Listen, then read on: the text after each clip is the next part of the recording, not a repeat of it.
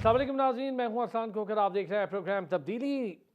नून लीगी रहनुमा रिश्तेदारों को टिकट दिलवाने के लिए सरगर्म हो गए। अच्छा, नून लीग में एक नया ट्रेंड चल निकला है कि अब ज़रा पार्टी के अंदर भी बातें शुरू हो गई हैं। छोटी पार्टियों के साथ इल्हाक इसकी ज़रूरत क्यों पेश आ रही है मियां नवाज शरीफ को पाकिस्तान आने के बाद, इस पर भी बहुत ज़्यादा सवालात खड़े हो गए। दानियाल अजीज़, एहसन इकबाल, आपसी चपकलेश। दूसरी तरफ पाकिस्तान पीपल्स पार्टी, उसके लिए सिंध में क्या है, सिंध से बाहर क्या है, इस पर भी बात करेंगे। बलूचिस्तान सबकी नज़रों का महवर तो है, लेकिन क्या बलूचिस्तान को देने के लिए वादे वही दिए हैं जैसे पहले भी हैं, या फिर कुछ करने की चीज़ भी है? नवाज शरीफ साहब अपनी विन विन सिचुएशन सी पैक को बताते हैं, लेकिन सी पैक की रूह पर मिनुआन अमल करना ये तमाम सियासी जमातों के लिए एक सवाल और एक मुश्किल रहा है और अभी भी है, चूँकि ये काम सियासी लोगों का था।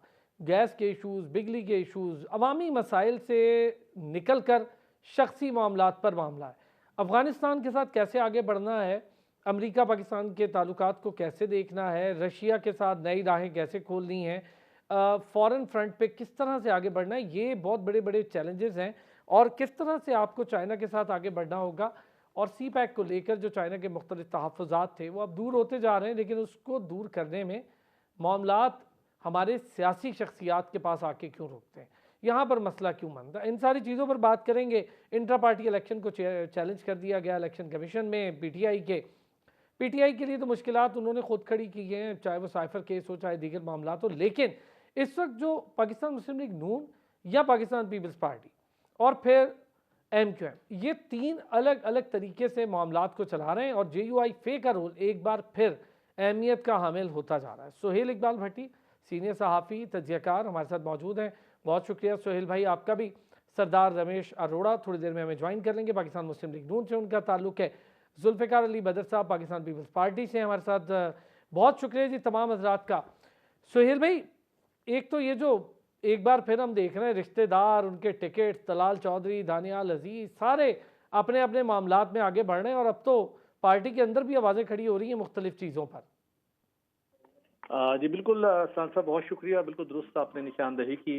ये एक हमारी जमहूरियत का और सियासत का ये एक ऐसी हकीकत है जो हमें तकरीबन हर जमात के अंदर ये दिखाई देती है, जो बिलखसूस वो जमातें हैं जो गुज़श्ता 4 दहाइयों से सियासत में मसरूफ़ हैं, और तब्दीली की बात भी की जाती है। लेकिन ये हमारा आप एक कल्चर कह लें, हमें हमारे ख़ानदानी निज़ाम कह लें, और उसके साथ साथ बहुत से लोग जो सालों पोलिटिकल एक पॉलिटिकल एक्टिविटी करते हैं, अपना ज़िंदगी का एक बड़ा हिस्सा, अपनी ज़िंदगी का एक खतीर वक्त वो अपनी सियासत को देते हैं, तो उनकी फिर ख्वाहिश होती है कि जब वो खुद किसी पार्टी के अंदर एक अहम तरीन पोजीशन सिक्योर कर चुके होते हैं, तो उनकी फिर ख्वाहिश होती है कि अब उसके बाद अगर किसी वो नेशनल लेवल पर आ गए हैं, प्रोविंशियल लेवल के ऊपर उनके फैमिली में अगर कोई सूटेबल कैंडिडेट है, अगर बेटा है तो उसको इसके अंदर इन किया जाए, और अगर वो नहीं है तो फिर क्लोज सर्कल में से, फैमिली के क्लोज सर्कल में से, और वहां पे भी नहीं है तो फिर अपने करीबी दोस्त अहबाब में से किसी को आगे लाए।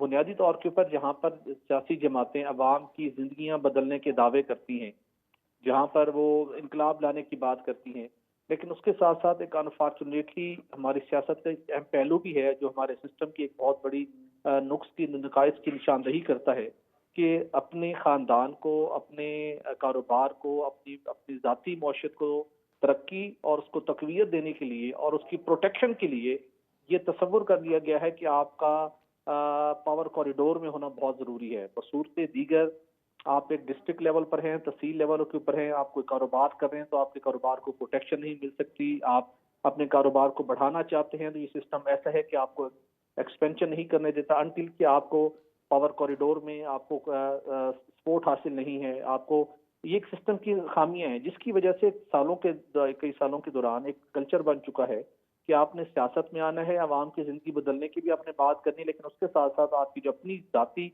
मौशियत और आपका जाती कारोबार है उसको अगर उसने एक्सपेंड करना है, उसका अगर आपने तहफ़्फ़ुज़ करना है, तो फिर भी ज़रूरी है कि आप अल्टीमेटली आपको सियासत के अंदर होना चाहिए, आपको पावर कॉरिडोर में होना चाहिए। तो ये वो मुख्तलिफ फैक्टर हैं जिसकी वजह से हर सियासी जमात ये कोशिश करती है। असूली तौर के ऊपर जब हम बात करते हैं ये कल्चर, ये सोच, ये अप्रोच उस वक्त यकीनी तौर के ऊपर थोड़ी ख़त्म तो नहीं, कर्टेल ज़रूर हो सकती है जब इलेक्शन कमीशन ऑफ पाकिस्तान बात करता है शफाफ अंदाज में इंटर पार्टी इलेक्शन करवाने की। अगर उस लेवल के ऊपर इंटर पार्टी इलेक्शन शफाफ अंदाज में हो, एक कंपटीशन हो और पार्टी वर्कर्स को compete करने का मौका मिले, तो फिर मेरे ख्याल में है गुजरते वक्त के साथ ये मरूसी सियासत और इस जो कल्चर इसको थोड़ी ये डिस्करेज हो सकती है। लेकिन इस वक्त चूंकि जब कुछ अहम खानदान जो पार्टी के ऊपर होल्ड रखते हैं, उसके साथ जो सेकंड ईयर की लीडरशिप है वो भी अपना और अपने बाद का होल्ड रखने के लिए उनकी कोशिश होती है कि अपने बच्चों को, अपने फैमिली के करीबी लोगों को, अपने दोस्त अहबाब के करीबी सर्कल को उनकी इसके अंदर लेके आए कि इसी के अंदर उनकी कनेक्टिविटी है। उसके बाद हम देखते हैं कि हमारी सियासत का एक बड़ा एक अलमिया आप कह लेंगे, एक क्रिटिकल फैक्टर कह लेंगे कि हम देखते हैं कि एक सियासी जमात वो इक़्तिदार में आती है बिलखसूस फेडरल लेवल के ऊपर, तो दूसरी मरतबा उसको नहीं आना पड़ता। अच्छा, वो जितने लोग वो जो एमएनए लेवल के ऊपर हैं, उनके जो सपोर्टर हैं, उनके जो वोटर हैं, वो एक बड़ी ह्यूज इन्वेस्टमेंट कर रहे होते हैं। 8-10 साल तक वो इन्वेस्टमेंट करते हैं, बहुत से अखराजात होते हैं, आपने रिलीज करनी है, अपनी गैदरिंग करनी है, दुख सुख के लोगों में जाना है, बहुत से मामलात करने हैं, अपना वक्त निकाल के वहाँ का सर्च करते हैं। तो फिर अल्टीमेटली आपकी कोशिश होती है कि जब उन्हें मौका मिले वो मैक्सिमम उसका जो इकोनॉमिक बेनिफिट है, जब इक़्तिदार में है तो उसको हासिल कर सकें। उसको सिक्योर करते-करते फिर उनकी कोशिश होती है कि अगर अब वो रहें या वो उनके फ्यूचर में वो माइनस हो रहे हैं या सियासत उन्होंने किनारा कशी करनी है, तो पैरेलल उनके पीछे जो बच्चों में से, फैमिली में से वो लोग आए। तो एक ऐसा विशेष सर्कल है जो खत्म होने का नाम नहीं लेता। ये हमें हर पार्टी के अंदर इसकी रिफ्लेक्शन मिलती है। पीटीआई का थोड़ा मामला डिफरेंट था, क्योंकि जो उसको लीड कर रहे थे, जो लोग लीड कर रहे थे, उनके बच्चे यहाँ थे ही नहीं। अदरवाइज उनके आप साबिक चेयरमैन पीटीआई की हम बात कर लें, उसके बाद जो बाकी उनकी सेकंड ईयर के लोग थे, उनके अंदर भी बिल्कुल यही कल्चर है। तो अगर कोई बराह रास्त अपने बेटे को कोई टिकट नहीं दे रहा, ये बेटे को आगे लाने की कोशिश नहीं कर रहा, तो फिर अपने क्लोज सर्कल में से, अपने दोस्तों में से या उन लोगों के ऊपर जिनके ऊपर उनका एतमाद होता है, जो उनके लिए उसको फाइनेंसिंग करते हैं, जिन्हें भरपूर फाइनेंशियल सपोर्ट करते हैं, उसको आगे लेके आते हैं। तो किसी न किसी शक्ल के अंदर ये कल्चर हर जगह चल रहा है और इसको मेरे बिल्कुल ख्याल में ठीक बात है। अच्छा तब्दील सुहेल भाई, होने की थोड़ा सा जरूरत ना है। आज हम बिरादरी सिस्टम, इलेक्टेबल, जिस पर भी बात करते हैं, क्योंकि अब इलेक्शन के लिए हम देख रहे हैं कि मांगे थे पैसे 10 अरब से जायद और मिल गए इलेक्शन कमीशन को वजारत ख़जाना से, तो कुल मिला के 40 अरब 27 करोड़ के 27 अरब और 40 करोड़ के करीब टोटल रकम मिल भी गई है इलेक्शन कमीशन को। लगता यूँ ही है कि अब इलेक्शन अपने तकरीबन आगे की तरफ और आखिरी मराइल में बढ़ रहे हैं, जो तैयारियाँ हैं। जुल्फ़िकार अली साहब, क्या देख रहे हैं जी, पीपल्स पार्टी के लिए बड़ी इंपॉर्टेंस का हामिल हो गया है अचानक से जो सूबा बलूचिस्तान है? क्या रीज़न है सर? क्या पंजाब के अंदर कितना काम हो रहा है ग्राउंड पर, और क्या जो लेवल प्लेइंग फील्ड का शिकवा था पंजाब का, पीपल्स पार्टी का, कुछ कम हुआ है? बिस्मिल्लाहिर्रहमानिर्रहीम। बहुत शुक्रिया भाई, आपने अपने प्रोग्राम में बुलाया। देखिए, पाकिस्तान पीपल्स पार्टी की बिल्कुल तैयारी है। पीपल्स पार्टी तो उस टाइम से तैयार है जब 14 मई को इलेक्शन होने जा रहे थे, और पीपल्स पार्टी ने उस टाइम पे भी अपने तमाम कैंडिडेट्स को केपी और पंजाब के अंदर टिकट्स अवार्ड कर दी हुई थी। और पाकिस्तान पीपल्स पार्टी अगर उस टाइम पे भी सुप्रीम कोर्ट के हुक्म के ऊपर इलेक्शन रुक गए, अदरवाइज अगर वो इलेक्शन हो जाते तो पीपल्स पार्टी उस टाइम पे भी इलेक्शन में जाती। सुहेल भाई, बिरादरी सिस्टम, इलेक्टेबल्स, बड़ा लंबा चौड़ा अरसा, अच्छा मेरा ख्याल है आ गए जुल्फ़िकार और साहब। जी लोगों जुल्फ़िकार को साहब। मोबिलाइज कर। जी, मैं ये अर्ज कर रहा था कि पाकिस्तान पीपल्स पार्टी की लीडरशिप ने अभी जो यौम तहसीस का फंक्शन किया है कोयटा बलोचिस्तान ने, उससे कोयटा के अंदर पाकिस्तान पीपल्स पार्टी बहुत ज्यादा मोबिलाइज हुई है, और उससे बहुत ज्यादा जो वहाँ के डिस्ट्रिक्ट्स हैं वहाँ पे मोबिलाइजेशन से बहुत फर्क पड़ा है। और बहुत सारे लोगों ने वहाँ पे जो इलेक्टेबल्स हैं या जो लोकल बॉडीज के नुमाइंदे थे करंटली, उन लोगों ने भी पीपल्स पार्टी को ज्वाइन किया है। तो आने वाले दिनों में अगर पीपल्स पार्टी वहां पे मजीद थोड़ी सी मेहनत करे तो बलूचिस्तान के अंदर पीपल्स पार्टी इस पोजीशन में आ सकती है कि वहां पे गवर्नमेंट का हिस्सा बने। और पंजाब के अंदर जो है वो पीपल्स पार्टी अभी टिकट्स अवार्ड करेगी। जब तक दूसरी पार्टी अनाउंस नहीं करेंगी उतनी देर पीपल्स पार्टी अपना अनाउंस नहीं करेगी टिकट को।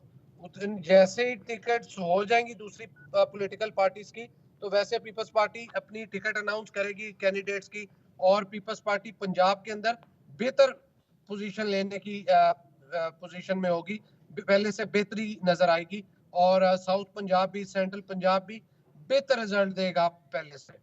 सुहेल भाई, मैं आपसे ज़रा बिरादरी सिस्टम, इन चीज़ों पर आपकी काफ़ी ग्रिप है, आपने काफ़ी काम कर रखा है इन चीज़ों पर। बिरादरी सिस्टम अब इस इलेक्शन में कोई कारआमद साबित होगा? इलेक्टेबल्स वाला मामला कारआमद साबित होगा, या फिर अब डायनामिक्स तब्दील हो चुके हैं? ये डायनामिक्स तब्दील जरूर हुए हैं, बिलखसूस 2013 के इलेक्शन में कुछ कदरे तब्दीली हुई। उसके बाद हम देखते हैं कि 2018 के इलेक्शन में भी कुछ तब्दील हुए, लेकिन इस वक्त मजीद उसके अंदर तब्दीली आएगी। लेकिन आप इसको फिलवक्त आप कंप्लीटली इसको माइनस नहीं कर सकते। ये इम्पैक्ट बरादरिज्म का अभी तक बदस्तूर मौजूद है।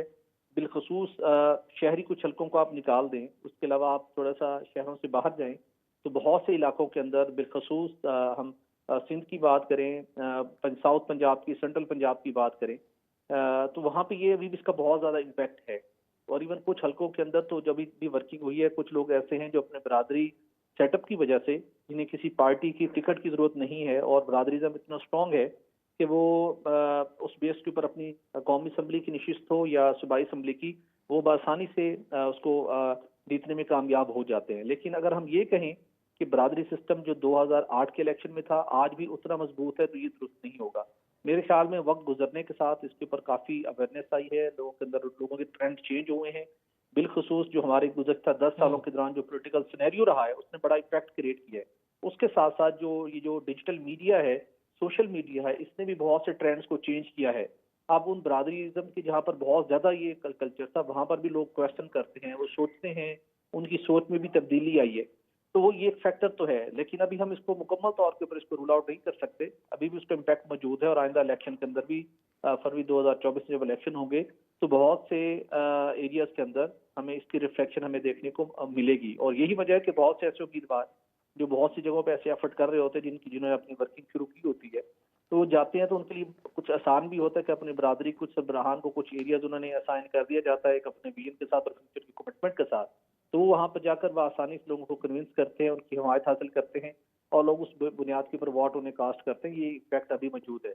और मेरे ख्याल में जिस तरीके के साथ अवेयरनेस बढ़ रही है, लोगों को अपने हकूक का हवाले से लोग अब बात करते हैं, उनके पास अब चॉइसेस अगर सामने आ रही होती हैं कि वो किस मंशूर के साथ, किस बयानी के साथ, किस जमात को सपोर्ट करते हैं, तो वक्त गुजरने के साथ ही आहिस्ता आहिस्ता इसका इम्पैक्ट कम होगा, लेकिन फिर भी इसका इम्पैक्ट अभी आने वाले कुछ इलेक्शन में इसका इम्पैक्ट बरकरार जरूर रहेगा।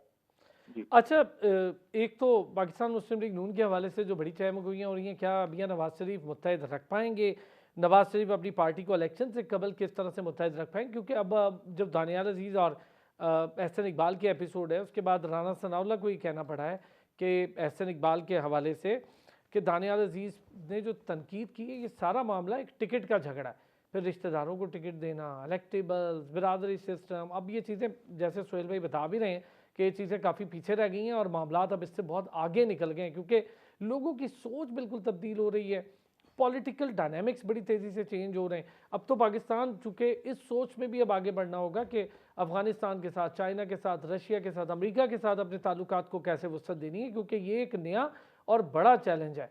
तो सरदार रमेश सिंह ने भी हमें ज्वाइन कर लिया है। रमेश साहब कैसे हैं? Thank you very much.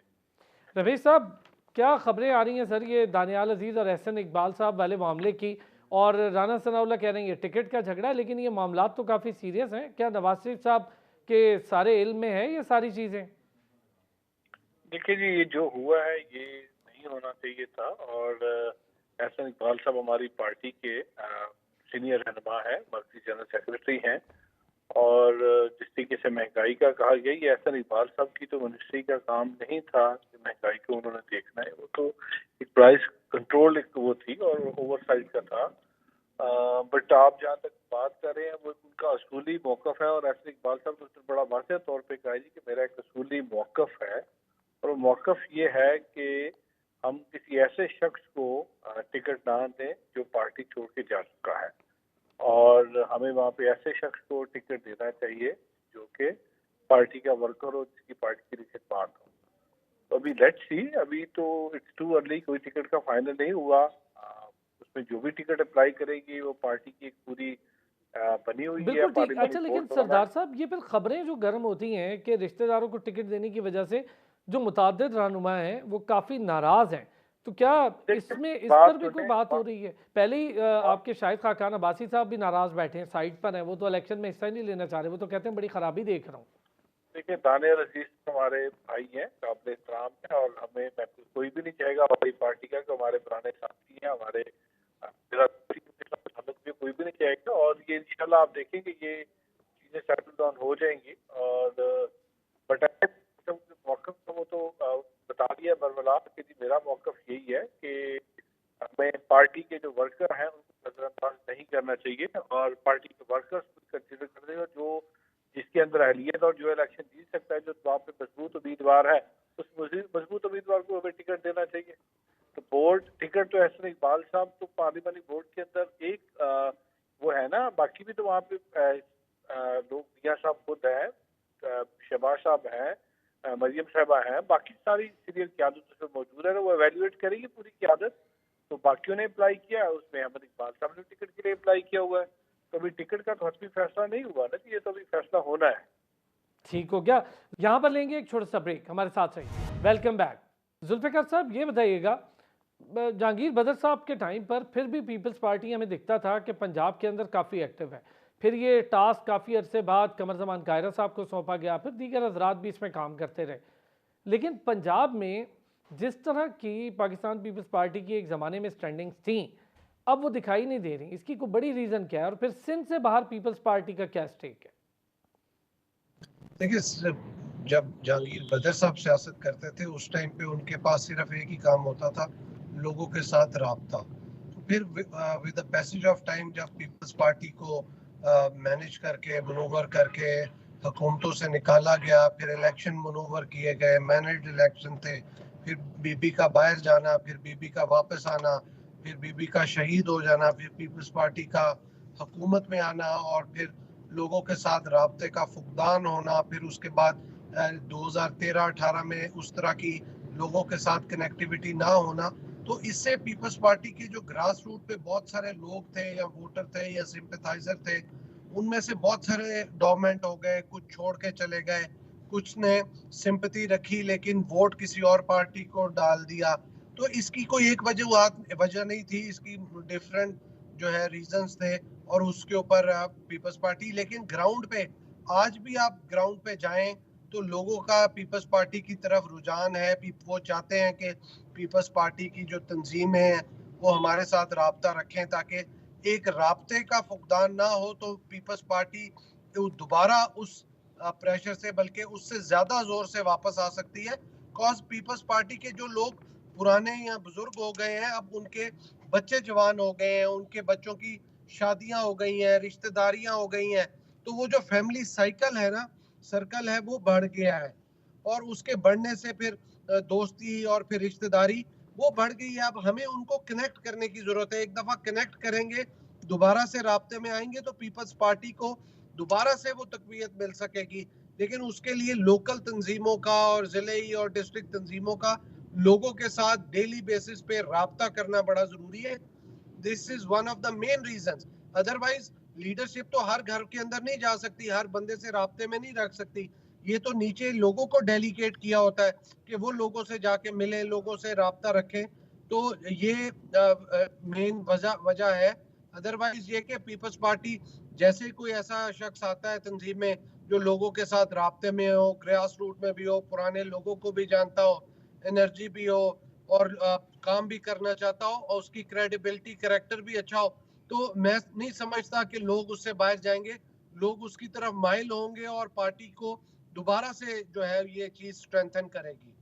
Sohail साहब मानते हैं ये बात कि पीपल्स पार्टी को लोगों से राब्ते का बड़ा मामला है, और वाकई में ग्रास रूट लेवल पे काम करने वाले लोग हैं बड़े कम। मैं जो जहांगीर बदर साहब का नाम लिया वो इसीलिए कि वो लोगों के साथ राब्ते में रहते थे, वर्कर को बड़ा जोड़ के रखते थे।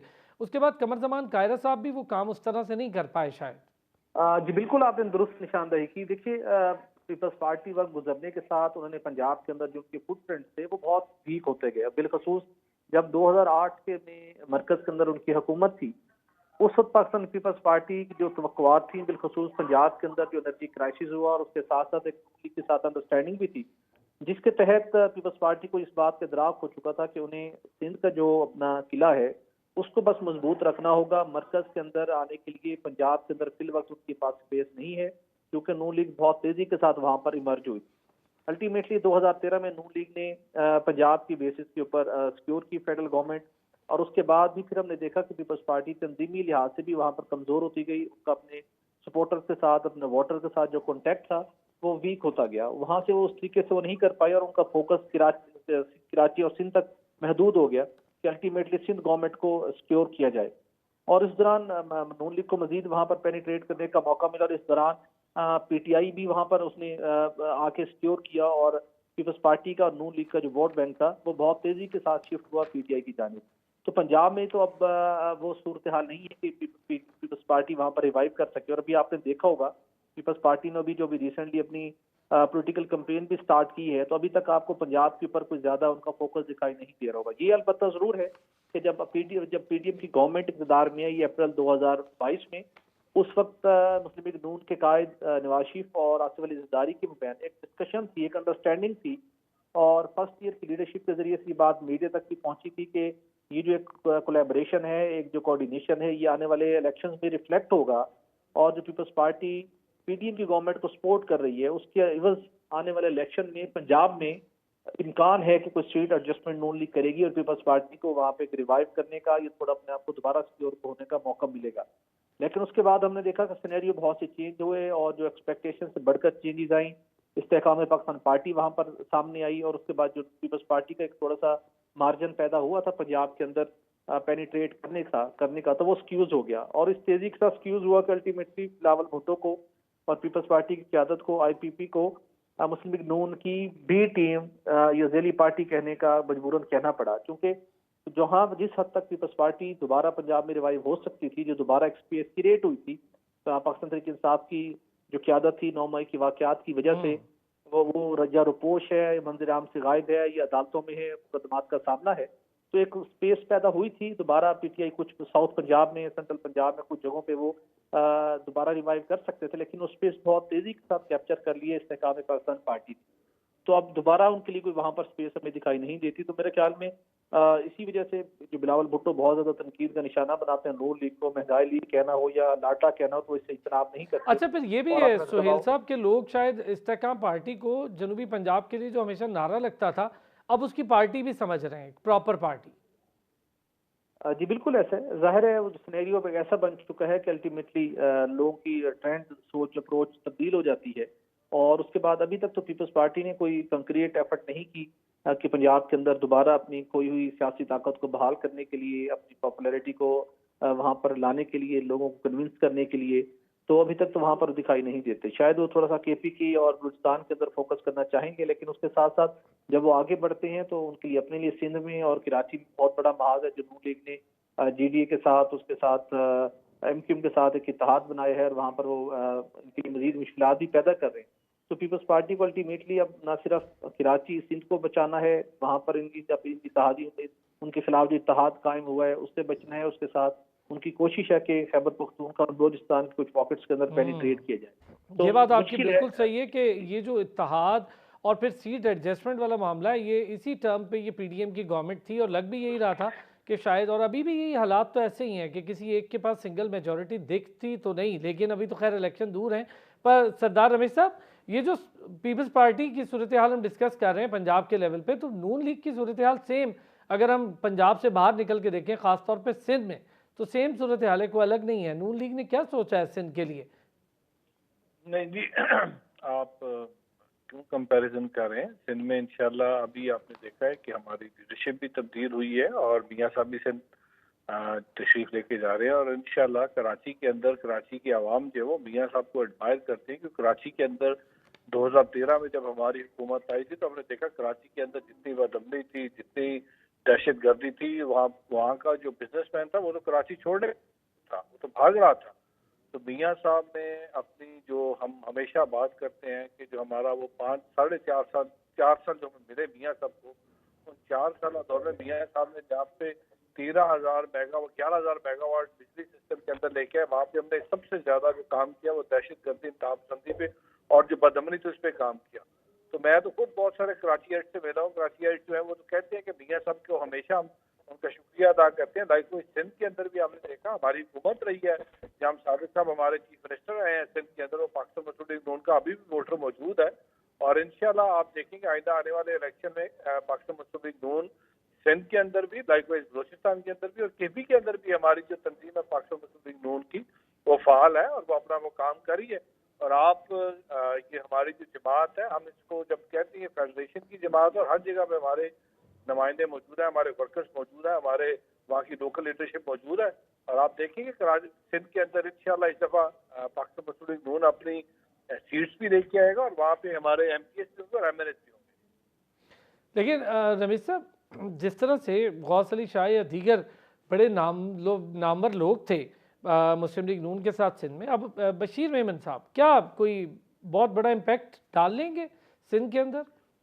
देखिए जी, जितने हमारे पुराने भी लीडर्स थे उन्होंने अपनी मेहनत की अपने अपने टाइम पे। हर शख्स जो मेहनत करता है, तो मैं बाकी जो लोग आने वाले लोग हैं उनको मौका देना चाहिए। जब उनके अंदर पोटेंशियल है, एनर्जी है, वो काम करना चाहता है। आपने खासकर देखा है मरियम नवाज साहबा ने जब से वो आई हैं पाकिस्तान और जो उन्होंने कैंपेन चलाई है, मैं आपको जस्ट गिव वन एग्जांपल, जिस तरीके से माइनॉरिटी को उन्होंने मोबिलाइज किया है कि इस वक्त हमारे एक अच्छी खासी तादाद जो है वो 26,000 से ज्यादा इस वक्त हमने माइनॉरिटी के लोगों को मोबिलाइज करके मेंबरशिप जो हमने कैंपेन चलाई, हमारे वर्कर्स यूसी लेवल तक वो आए हैं। जिस तरीके से बीबी मरियम ने इस वक्त देख लिया, वो चीफ ऑर्गेनाइजर है।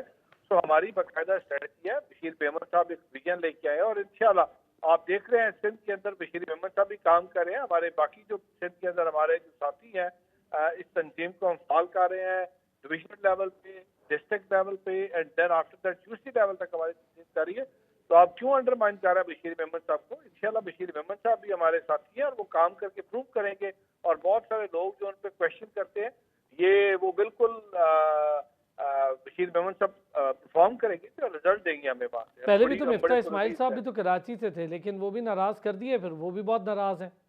देखिए, हर एक को पार्टी की हम जब अपनी पार्टी की बात करते हैं कि हमारी पार्टी के अंदर जमहूरियत है, डेमोक्रेसी है और हर एक को बात करने का हक है, वो हमारे साथी हैं और अभी भी वो पार्टी के साथ है, अभी भी पार्टी के मेंबर हैं। तो हर एक का अपना एक ओपिनियन होता है, उन्होंने अपना इज़हार ख्याल किया है। बट मिफ्ता इस्माइल साहब भी कोई दूर तो नहीं है। तो जुल्फ़िकार साहब, पिछले दिनों हमने बात की एमक्यूएम के रहनुमाओं से भी प्रोग्राम में, तो वो क्या रीज़न है कि पाकिस्तान पीपल्स पार्टी के साथ बैठने को तैयार नहीं है, जबकि पीएमएलएन की सोच के साथ जाने को तैयार है? देखिए, एमक्यूएम पाकिस्तान के साथ पीपल्स पार्टी का एक अच्छा वर्किंग रिलेशन रहा है। वो उनको प्रॉब्लम ये है कि उनको उस किस्म का फ्री हैंड चाहिए जिस तरह पहले ज़मानों में होता था कि वो जो उनका दिल करे वो कर लें। तो अब पॉसिबल ऐसा नहीं है। अब लोगों को एमक्यूएम पाकिस्तान का पता चल गया है और इसीलिए पिछले इलेक्शन में आपने देख ही लिया कि इनका क्या रिजल्ट था। और वो जिस तरीके से चाहते हैं, अब देखें एमक्यूएम पाकिस्तान और पीएमएलएन और बाकी तमाम दीगर जमातें जो मिलके इलेक्शन लड़ी हैं, ये बेसिकली पीपल्स पार्टी का नहीं मुकाबले में, ये बल्कि पीटीआई की जो 17 सीटें थी उनको गेन करने के लिए, हासिल करने के लिए इलेक्शन लड़ी हैं, ताकि उसमें से मैक्सिमम जो है गेन लिया जा सके, उनमें से ग्रैब की जा सके सीट्स। तो असल मामला ये है, पीपल्स पार्टी के साथ वो इसलिए नहीं बैठना चाहते बिकॉज पीपल्स पार्टी के साथ जब वो बैठेंगे तो पीपल्स पार्टी को उनको इनसाइड आउट जानती है एमक्यूएम वालों को, और उनको बताती है वो जो है अपनी हकीकत से भागना चाहते हैं। वो नहीं बताना चाहते कि किस तरह उन्होंने माफिया के जरिए कराची को काबू किया हुआ था और लोगों के साथ किस तरह ज्यादती करते थे। तो अब एमक्यूएम पाकिस्तान वही पुराने ख्वाब देख रही है, वही पुराने दौर देखना चाहती है, जो कि अभी मुमकिन नहीं है। और आप देखें, ये जो भागे थे लोकल बॉडीज इलेक्शन से और बाकी इलेक्शनों से, और ये सारा जो है इसी वजह से भागे थे बिकॉज हकीकत खुल के सामने आ जानी थी और इन्होंने बहानेबाजी करके ये सारा मामला किया। तो उनको अब कोई आउटसाइडर चाहिए जो उनको ना जानता हो, जो उनको कवर दे सके।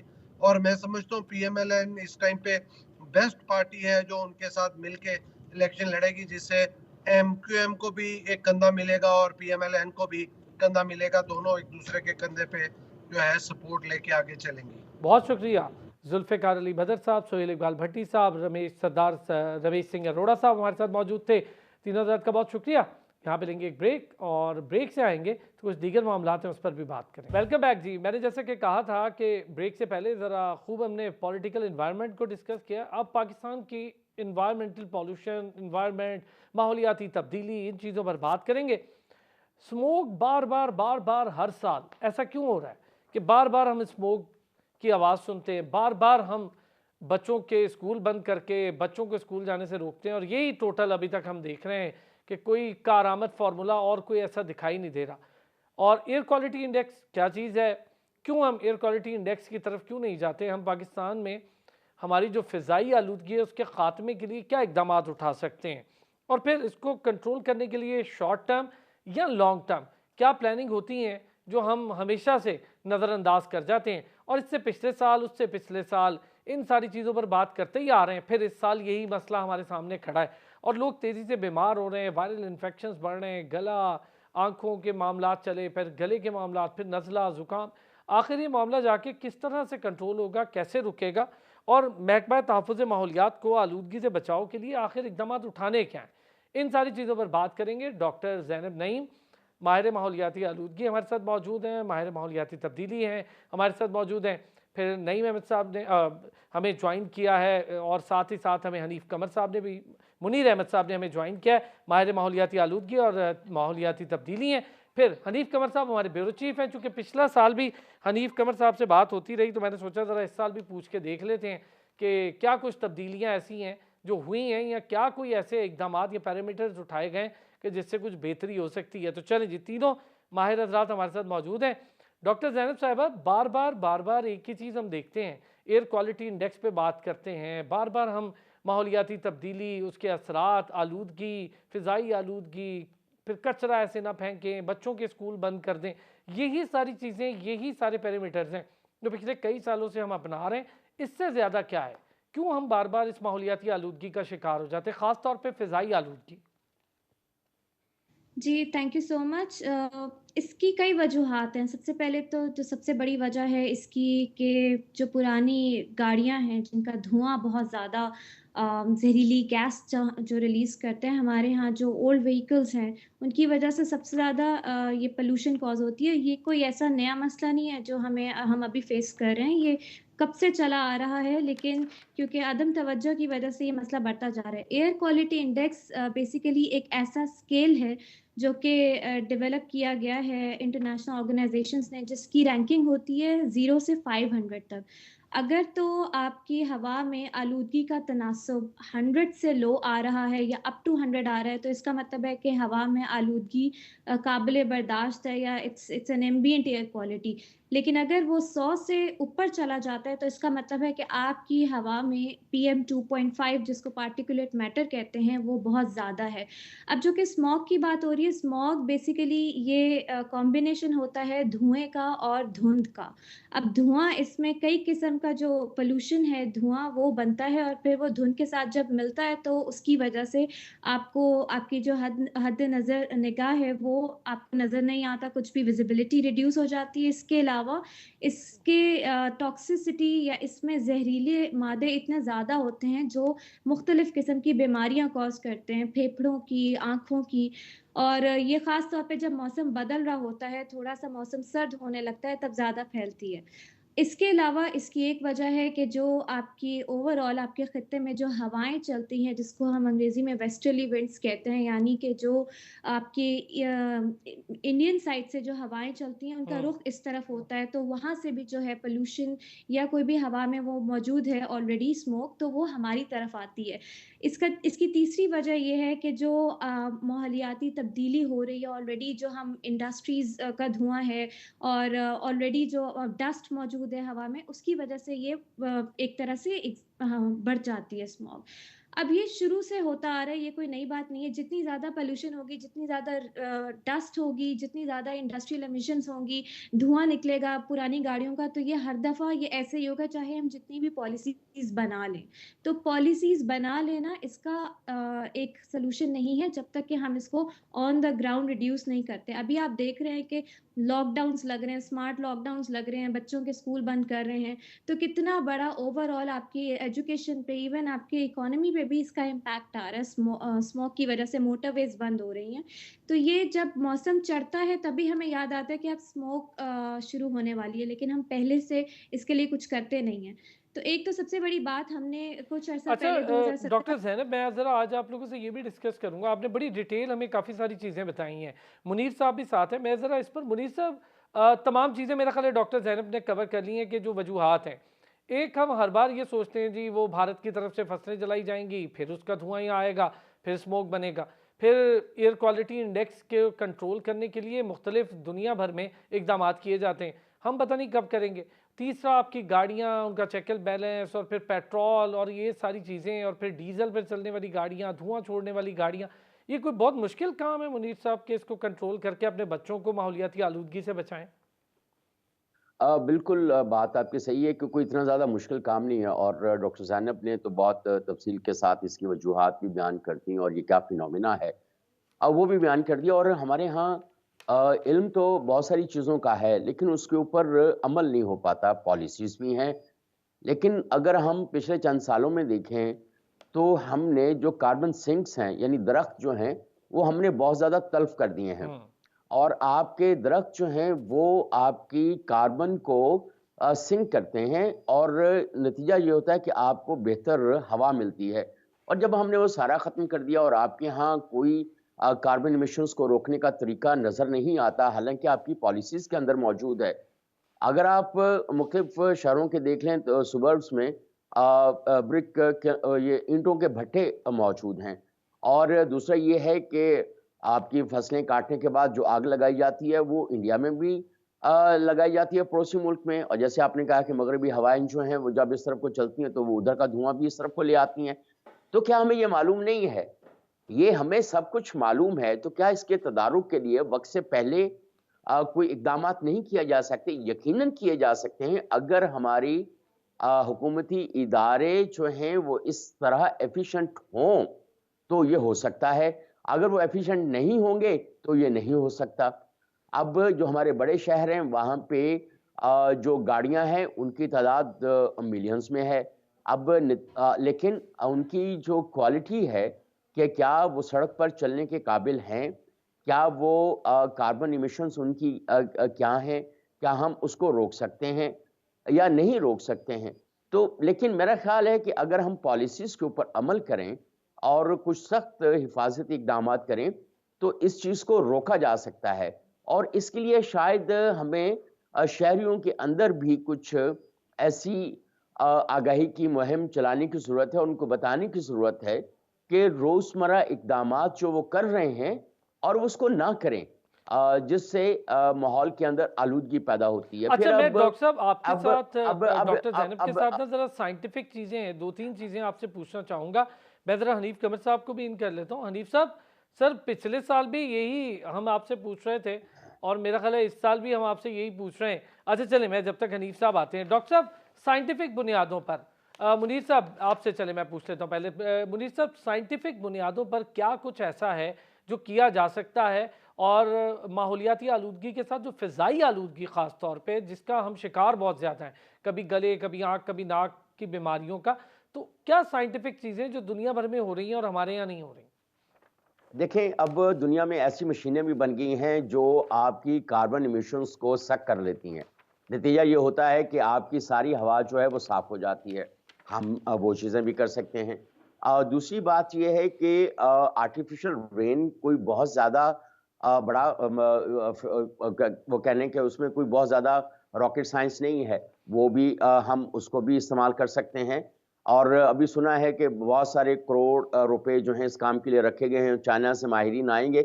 मेरा ख़्याल है कि हमें अपने जो साइंसदान हैं, माहिरीन हैं, उनके ऊपर भी ट्रस्ट करना चाहिए, तो ये काम बहुत कम पैसों के अंदर भी हो सकता है। ज़ाहिर है सर, तो वो ये तो ज़्यादा बेहतर माहौल को समझते हैं ना। अभी हाँ, देखिए डॉक्टर ज़ैनब की मैं बात कर रहा था, कितने उन्होंने ईज़िली हमें वो सारी चीज़ें बताई हैं, जो चीज़ें और जी। आप जिस तरह डिस्क्राइब कर रहे हैं, तो हमारे यहाँ वो एनवायरमेंटल साइंटिस्ट मौजूद हैं। बस सिर्फ़ उनको एक तो मौक़े हम बहुत कम देते हैं, उन पर इन्वेस्टमेंट कम होती है, काम कम होता है। हनीफ साहब, पिछले साल भी यही रोना, इस साल भी यही रोना, हुकूमती सतह पर हो क्या रहा है हनीफ साहब? अरसलान साहब, थैंक यू वेरी मच। आपने कहा कि पिछले साल भी यही रोना था और इस साल भी यही रोना, और मुझे खदशा है कि आने वाले साल में भी यही रोना रहेगा, क्योंकि जो कुछ भी किया जा रहा है एनवायरनमेंट की बेहतरी के लिए, वो उसमें आप यूँ कह सकते हैं कि 95% जो है, इसमें भी मैं कतन कोई मुबालगा से काम नहीं ले रहा, 95% वो प्रेस रिलीज़ में हो रहा है, बयानात में हो रहा है और अजलासों में हो रहा है। और हमारे यहाँ जो फ़ज़ाई आलूदगी है या स्मोग है या एनवायरनमेंट के मसाइल हैं, उनका प्रॉब्लम ये है कि ना तो वो किसी अजलास की मानते हैं, ना वो प्रेस रिलीज़ को कुछ अहमियत देते हैं, और ना ही निगरान हुकूमत की आनियों जानियों की कोई अहमियत है उसकी नज़र में। उसकी नज़र में जिन इक़दामात की अहमियत है वो दूर दूर तक होते हुए मुझे नज़र नहीं आ रहे।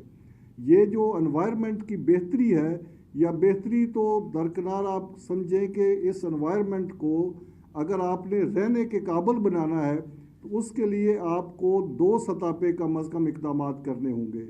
एक हुकूमती सतह पे इक़दाम करने होंगे और एक समाजी सतह पे इक़दाम करने होंगे। बदकिस्मती से समाजी सतह पर भी इक़दाम नहीं हो रहे, कोई इस हवाले से अवेयरनेस नहीं है, ख़ुद कौम के अंदर ऐसा शऊर नहीं है कि हम गंदगी कम से कम फैलाएं, सफाई का ख्याल ज़्यादा रखें, घरों के अंदर प्लांटेशन करें, बाहर प्लांटेशन करें, अपने वर्क प्लेसेस पे जहाँ जहाँ पे भी जगह मिलती है वहाँ पे पौधे लगाएं और पौधों की हिफाजत करें और एनवायरनमेंट को ख़राब करने वाले जो इंडिविजुअल इक़दाम हैं उनसे बचें और माहौल को भी बचाएं।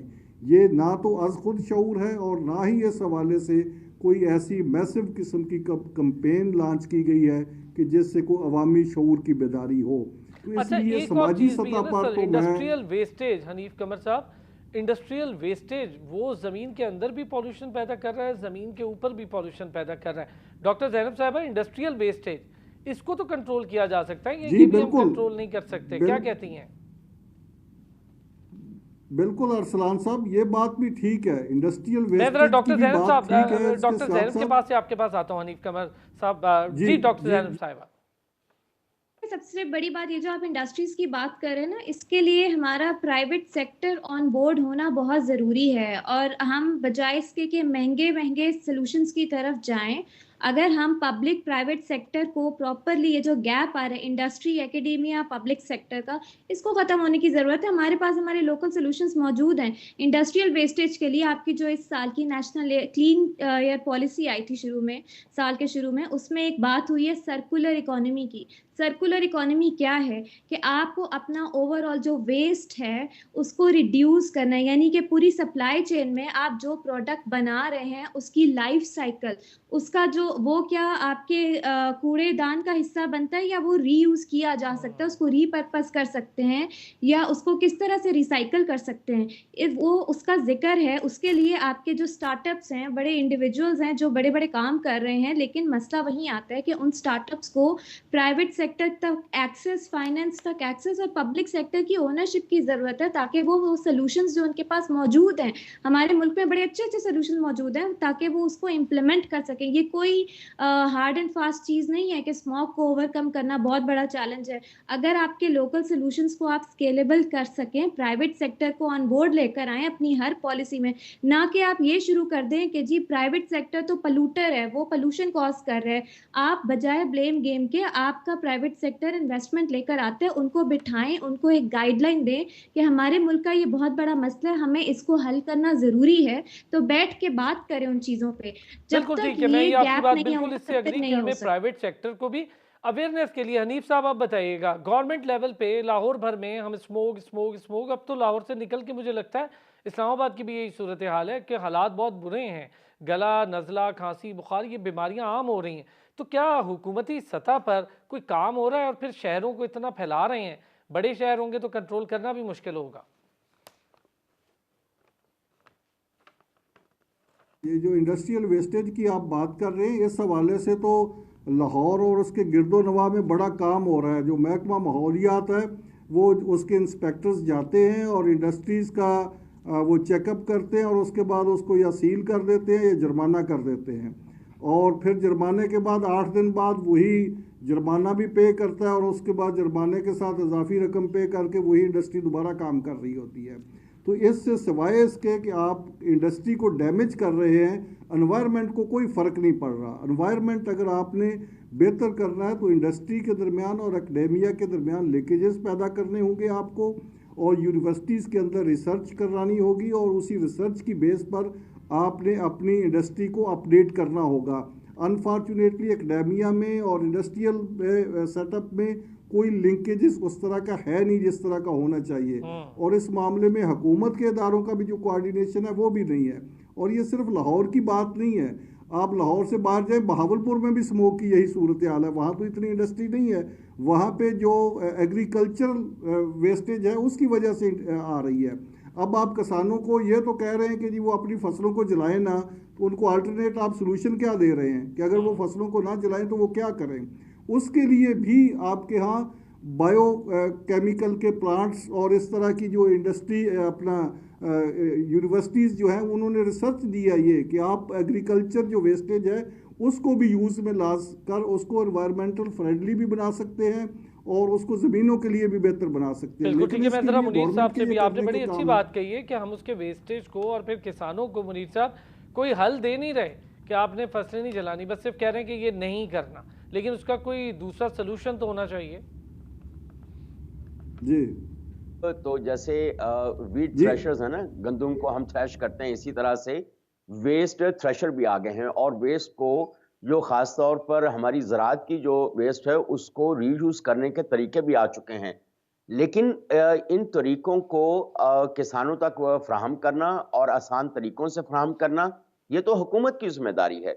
और दूसरी अभी बात हो रही थी कि जो सनती फजला है उसको ठिकाने लगाने की बुनियादी बात यह है कि मजमूई तौर पर हम शहरी जिम्मेदारियों से बहुत गाफिल हैं। हमें अभी तक अपना जो जिम्मेदारी है उससे हम आगाह नहीं, हमने कितना अपना फर्ज अदा करना है। जब तक वो, मैं तो कभी-कभी सोचता हूँ ये बिल्कुल सही जुमला बना है कि हम डंडे की कौम है, डंडा होगा तो हम लोग ठीक हो जाएंगे। अब इस्लामाबाद के अंदर जो मुख्तलिफ तरह की इंडस्ट्री थी, जब तक पाकिस्तान एनवायरमेंटल प्रोटेक्शन एजेंसी ने बहुत ज़्यादा सख्ती नहीं की, जुर्माने नहीं किए और रियल टाइम उन लोगों को मैयर्स लेने पर मजबूर नहीं किया, तो हमारा जो इंडस्ट्रियल एरिया है वो कोई एनवायरमेंट फ्रेंडली नहीं बन पाया।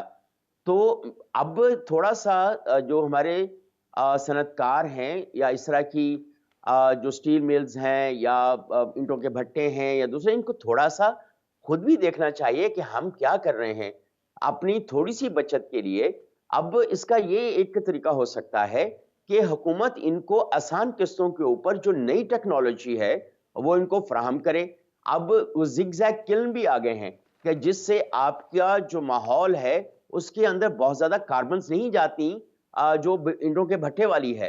तो अब उससे भी हम एक फ़ायदा उठा सकते हैं। ये तो कई सालों से आ चुका है। जबरदस्त जबरदस्त। और जहाँ तक खेतों चलें, के जो ज़राअत का फुज़ला है, इसके अब तो थ्रेशर आ गए हैं, उसको वो बिल्कुल बिल्कुल ठीक। बारीक-बारीक मुनीर साहब वो चलें, इसका मतलब ये हुआ कि हल मौजूद हैं, सिर्फ करने की विल होनी चाहिए। डॉक्टर ज़ैनब साहिबा बहुत शुक्रिया आपका, मुनीर अहमद साहब आपका भी बहुत शुक्रिया, हनीफ कमर साहब आपका भी बहुत शुक्रिया। लेकिन मैं इस पे ज़रा 1-2 डिटेल प्रोग्राम और भी करूँगा।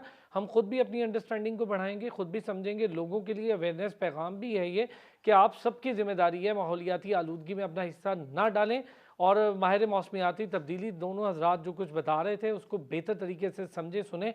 प्राइवेट गवर्नमेंट पार्टनरशिप को आगे लेकर जाना पड़ेगा, तब जाकर ये मामला एयर क्वालिटी इंडेक्स से लेकर जो दीगर आलूदगी है उसको कंट्रोल किया जा सकता है। अब तक के लिए इतना ही, कल फिर होती है आपसे मुलाकात, अपना ख्याल रखें।